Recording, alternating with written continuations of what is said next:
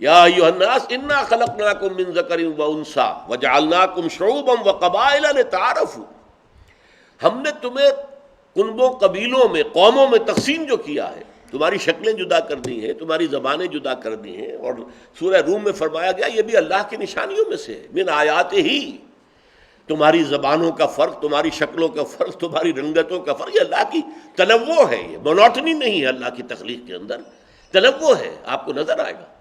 تو یہ اللہ کی بہت بڑی خلاقی کی مثال ہے، اس کا ثبوت ہے۔ تو ہم نے تمہیں بنا دیا کس لیے؟ لتعارفوا، تاکہ تم ایک دوسرے کو پہچانو۔ تمام انسانوں کی ایک ہی شکل ہوتی، ایک ہی زبان بولتے، ایک ہی رنگت ہوتی، کیسے پہچانتے یہ ہے کون؟ آپ کو معلوم ہے دو جڑواں بھائی، جو جڑواں بہنیں، ان کو ایک دوسرے سے علیحدہ پہچاننا مشکل ہو جاتا، اس لیے کہ جڑواں ہیں، ایک سی شکل لے کر آ گئے، کیا کریں گے؟ یہ تو دو جڑواں بھائیوں کا معاملہ ہے، پوری نوع انسانی ایک ہی رنگت، ایک ہی شکل و صورت کے ہوتے تو کیسے پہچانتے؟ اب یہ جو ہمیں سہولت حاصل ہے، وہ جو شخص آ رہا ہے وہ چینی ہے، معلوم ہو گیا، آپ کو کچھ اور معلوم نہیں، آپ کو اس کی شکل سے، اس کی رنگت سے، اس کے نقش و نقوش سے آپ نے معلوم کرے چینی ہے۔ یہ جو آ رہا ہے یہ حبشی ہے، یہ فلاں کا ہے، یہ فلاں جگہ کا ہے، یہ فلاں جگہ، معلوم ہو گیا۔ اور جیسے ہی آپ نے یہ معلوم کیا، آپ کو اس کا تاریخی پس منظر بھی معلوم ہو گیا، ان کی ہسٹری کیا ہے، اس چائنیز کا کیا پس منظر ہے، کیا ہسٹری ہے، اور اس جاپنیز کا جو ہے کیا پس منظر ہے، کیا ہسٹری ہے۔ پھر یہ کہ ہیبیٹیٹ جو ہے ان کا، یہ کس ماحول میں پلے بڑھے ہیں اور کیا وہاں کا موسم ہے، اس کے اثرات بھی محسوس ہو جائیں گے۔ یہ سارا کچھ ہے در حقیقت تعارف، ریکگنیشن، پہچانو ایک دوسرے کو، اس کو بنائے عزت نہ بناؤ۔ سارا فساد جو ہوتا ہے وہ اس سے ہوتا ہے کہ گورے افضل، کالے یہ گھٹیا، یا we are the chosen people, we are the chosen race of the lord, ہم ہیں اللہ کی پسندیدہ اور چنیدہ اور جو ہے وہ نسل ہے، ہم قوم ہیں۔ جیسے جرمنوں کے اندر ہے کہ ہم we are a superior race, یہودیوں کے ہاں we are the chosen people of the lord, گوروں۔ اب یہ اسی لیے دیکھیے ان اکرمکم عند اللہ اتقاکم، دیکھو تم میں اللہ کے نزدیک سب سے باعزت وہ ہے جو سب سے بڑھ کر متقی ہے۔ اس حوالے سے اب میں آپ کو یاد دلاؤں گا کہ یہ آیت جو ہے یہ ایک برزخی آیت ہے، اس سے پہلے کی دو آیتوں پر بھی اس کا عکس پڑ رہا ہے۔ تمسخر کیوں ہوتا ہے؟ آپ اپنے آپ کو بہتر سمجھتے ہیں دوسرے سے تو آپ تمسخر کر رہے ہیں۔ کسی کو تانا کیوں دیا جاتا ہے کہ آپ اس کے کسی عیب کی بنیاد کے اوپر اسے تانا دے رہے ہیں، کیوں اس کے برا نام رکھ دیا ہے؟ یہ سارا کیا؟ اپنی احساس برتری، ہم اعلیٰ ہیں، ہم افضل ہیں، ہم اونچے ہیں، ہم بہتر ہیں۔ در حقیقت وہ سارے جو عیوب ہیں، مجلسی جو خرابیاں ہیں، سماجی جو برائی ہیں، ان کا اصل سبب یہی ہے کہ اپنے آپ کو اونچا سمجھنا۔ یہاں پر اس کی جڑ کاٹی گئی۔ اور نمبر دو، اسلامی ریاست کا اعتبار سے کہ اسلامی ریاست کے کیا ہو سکتے ہیں تعلقات غیر مسلموں کے ساتھ، اس کے لیے بنیاد باندھ دی گئی۔ تو اس سورہ مبارکہ کا جو اہم مضمون ہے اسلامی ریاست، حیات ملی، اس کا بھی اہم مضمون آ رہا ہے، اور اس کے لیے یہ ان دو اہم مضامین میں سے جن میں سے ایک یہ آیت بحث کر رہی ہے، اور پھر ایک دوسری بات جو ہے وہ اگلے انشاءاللہ تعالی نشست میں ہم پڑھیں گے کہ اسلامی ریاست کی جو شہریت ہے، سٹیزن شپ، وہ ایمان کی بنیاد پر نہیں ہے، اسلام کی بنیاد پر ہے۔ ایمان جو ہے اس کو ہم ویریفائی نہیں کر سکتے، اس میں ایمان ہے یا نہیں ہے مجھے کیا پتا۔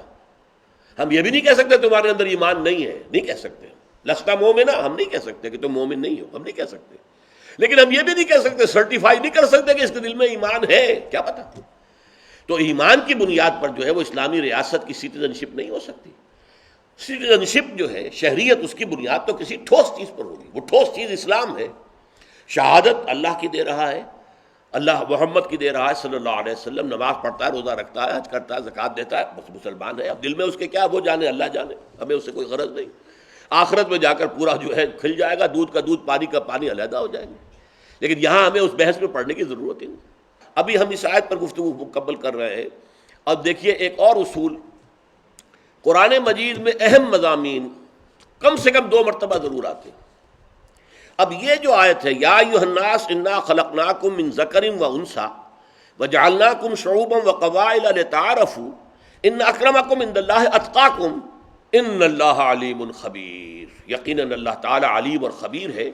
اللہ کے نزدیک تم میں باعزت جو ہے گورا نہیں ہے، کالا نہیں ہے، پیلا نہیں ہے، سرخرو نہیں ہے، بلکہ وہ ہے جس کے دل میں تقویٰ ہو۔ بلال حبشی دل میں تقویٰ ہے، اسے عمر فاروق بھی سیدنا بلال کہہ کر پکار رہے ہیں۔ یہ اسلام کا کمال ہے۔ اسی وجہ سے ایچ جی ویلز نے، اگرچہ اس نے اپنی جو تاریخ عالم کی دوسری کتاب ہے، 2 کتابیں اس شخص نے لکھی ہیں اور بہت دونوں قیمتی ہیں، بہت معلوماتی ہیں، a short history of the world اور ایک concise history of the world.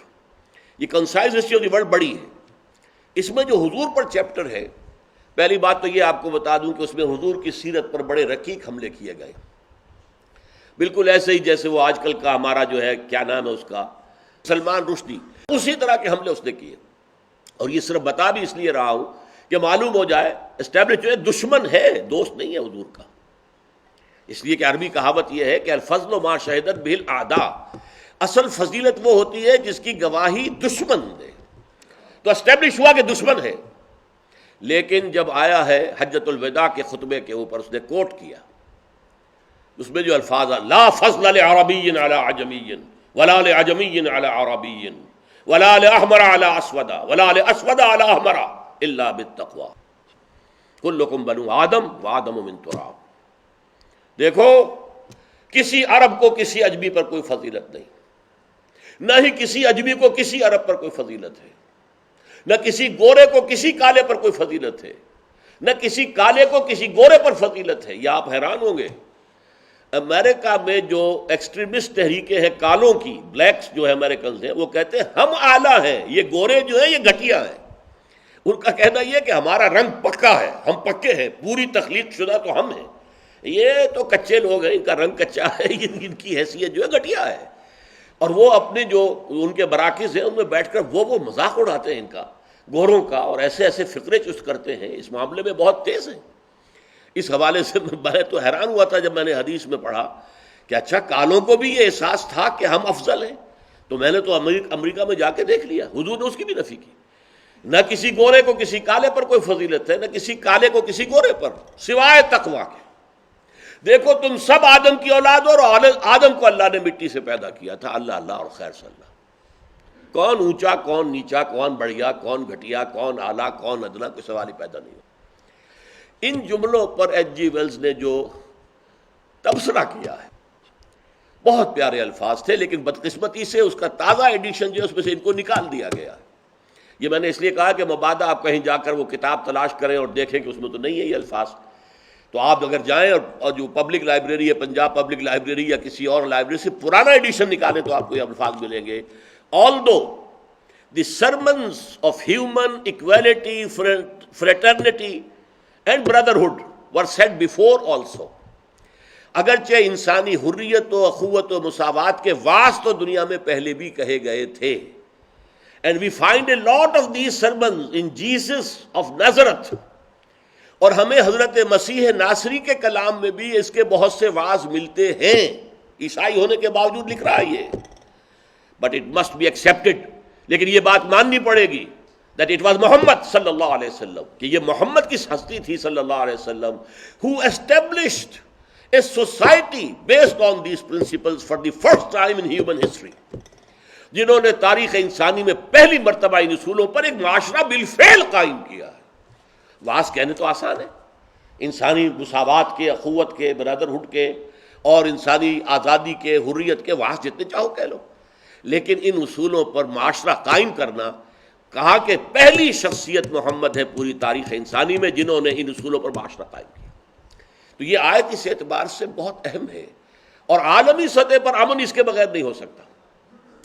اسلامی ریاست، اور میں آپ سے عرض کر رہا تھا کہ اہم مضامین قرآن میں 2 جگہ ضرور آتے، اس آیت کا مثنیٰ ہے سورہ نساء کی پہلی آیت، یا ایھا الناس اتقوا ربکم الذی خلقکم من نفس واحدۃ وخلق منہا زوجہا، اے لوگو اپنے اس رب کا تقوی اختیار کرو جس نے تمہیں ایک جان سے پیدا کیا، اسی سے اس کا جوڑا بنایا، وبث منہما رجالا کثیرا ونساء، بہت سے مردوں اور عورتوں کو دنیا میں پھیلا دیا۔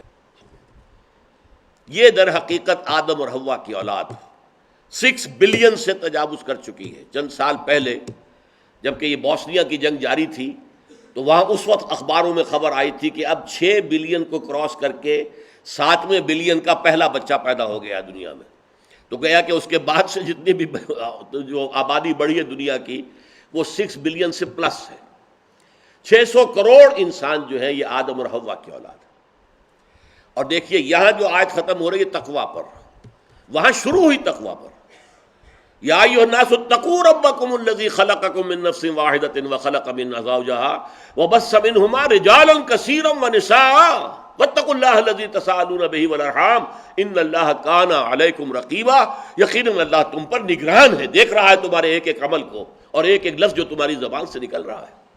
یہ آیت بھی ختم ہوتی ہے ان اکرمکم عند اللہ اتقاکم ان اللہ علیم خبیر. اللہ تعالیٰ جاننے والا ہے، باخبر ہے. کیونکہ تقویٰ تو دل میں ہے. انسان تقویٰ میں کیا ہے؟ جتنا ایمان ہوگا اتنا تقویٰ ہوگا. اگر ایمان ہی سطحی سا ہے تو تقویٰ کیسے گہرا ہو جائے گا؟ ایمان گہرا ہے، ہر وقت یہ احساس ہو کہ اللہ مجھے دیکھ رہا ہے، میں اس کی نگاہوں میں ہوں، اور میں کوئی لفظ جو بول رہا ہوں وہ بھی ریکارڈ ہو رہا ہے. ایک ٹیپ ریکارڈر کہیں میرے اندر لگا ہوا ہے، اور وہ ٹیپ ریکارڈر جو ہے وہ تو یہ ہے کہ نخرج لہ یوم القیامت کتابا یلقاہ منشورا. وہاں سورہ بنی اسرائیل سے تو محسوس ہوتا ہے ہماری اپنی گردنوں کے اندر کوئی ہے جو ابھی تک ہماری ڈسیکشن میں نہیں آئی ہے کوئی چیز، لیکن ہے. ہم نے ان کی گردنوں کے اندر ان کا اعمال نامہ لٹکایا ہوا ہے. وَنُخْرِجُهُ يَوْمَ الْقِيَامَةِ كِتَابًا يَلْقَاهُ مَنشُورًا. اب نکال دیں گے اس کتاب کو، اس اعمال نامے کو، اور وہ چھوٹا سا منیچر جو ٹیپ ہے، ویڈیو ٹیپ چلنا شروع ہو جائے گا. یہ آپ کا قول ہے اور یہ آپ کا عمل ہے، دیکھ لیجئے. اقرا کتابک کفیٰ بنفسک اليوم علیک حسیبا. خود حساب کر لو. یہ صورتحال جو ہے قیامت کے دن پیش آنی ہے.